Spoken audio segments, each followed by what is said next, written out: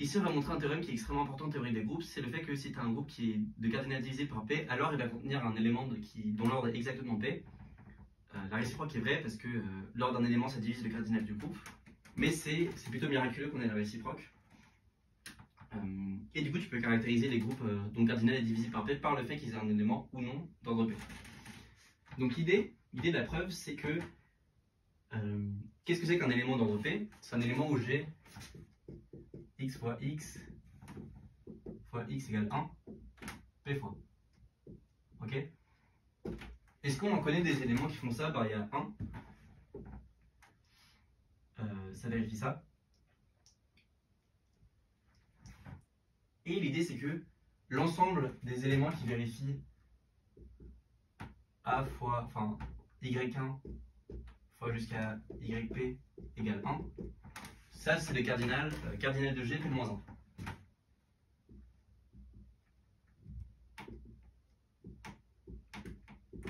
Ok? Parce que tu as juste à choisir les P-1 premier élément n'importe comment, et le dernier, tu choisis comme l'inverse de tout le reste, et ça t'a créé un PUPlay qui vérifie que le produit vaut 1. Donc là, ça sent bon, parce que qu'est-ce qui se passe? On a un élément qui est là pour sûr, on est sûr que l'élément est là, et on a un cardinal qui est divisé par P. Et quand tu as ce genre de construction, en général, tu arrives à montrer que le cardinal des gens qui vérifient un truc plus restrictif que ça, parce que là, on demande qu'ils soient tous les mêmes. Si tu veux un élément d'ordre P, il faut que ce soit x puissance P, pas juste x fois n'importe quoi, que ça égale à 1. On a un truc plus restrictif, mais en fait, on va montrer que le cardinal de x dans G d'ordre P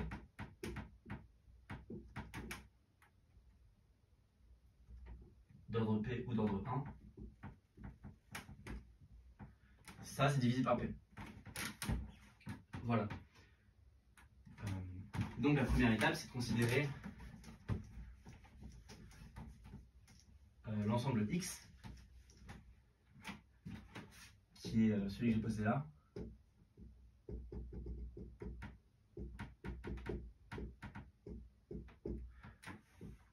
Ok.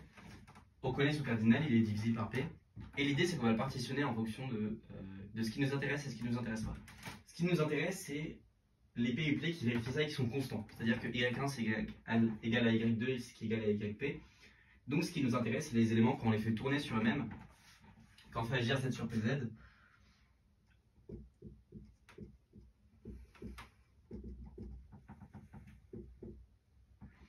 Quand je les fais tourner, c'est égal à 1. A priori, on pourrait dire qu'on a envie de faire agir SN, enfin SP pardon, sur cet ensemble-là, par permutation des coordonnées, mais on n'a pas trop de droit parce que le groupe n'est pas commutatif. Donc c'est pas parce que j'ai l'égalité sur y1 jusqu'à yp que je peux permuter deux éléments et dire que j'ai encore l'égalité qui vaut 1. Par contre, ce que je peux dire, c'est que si j'ai ça, alors j'ai y1, yp-1 égale yp-1 en inversant ici. Et donc je peux réinverser à gauche pour dire que j'ai yp qui vaut 1. Donc l'idée, c'est que si j'ai un PUPlay, je peux faire tourner le dernier élément tout à gauche et avoir un nouveau PUPlay. Donc ce qu'on va faire, c'est qu'on va partitionner X. Quand on a une action sur un ensemble, on va partitionner en fonction des points fixes. Fixe de X plus la somme pour oméga, une orbite, cardinal de l'orbite, et le cardinal de l'orbite, c'est P. Qu'est-ce qui se passe ici? Bah, je dis que si je ne suis pas en point fixe, je suis forcément dans une orbite. L'orbite, c'est l'ensemble des éléments que je peux atteindre en tournant sur moi-même quand je suis en PUPlay.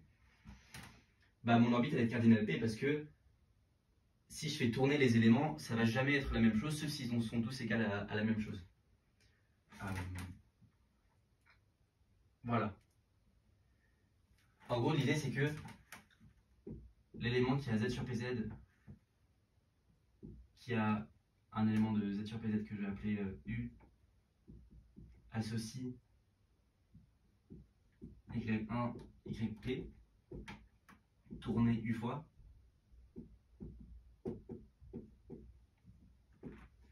juste avec l'opération qu'on a fait ici, et bah ça c'est injectif. Parce que si les éléments ne sont pas tous constants, quand tu tournes, il y a forcément une coordonnée où ça ne coïncide pas. Ça, c'est un petit exercice, mais ça vient juste du fait que P est premier. Voilà. Donc, moralité, il se passe ce que j'ai annoncé au début. Le fait que le cardinal de x soit divisé par P et le fait que les orbites soient divisées par P nous donne que l'ensemble des points fixes est divisé par P. En particulier, il y a un point fixe qui est différent de 1. C'est-à-dire qu'on a un élément qui est d'ordre P parce que l'élément n'est pas égal à P, mais quand tu le regardes à la puissance P, il fait 1. Enfin, l'élément n'est pas égal à 1, mais quand tu le regardes à la puissance P, il fait 1. Donc avec une action astucieuse, on a pu trouver un élément qui était d'ordre P, ce qui conclut.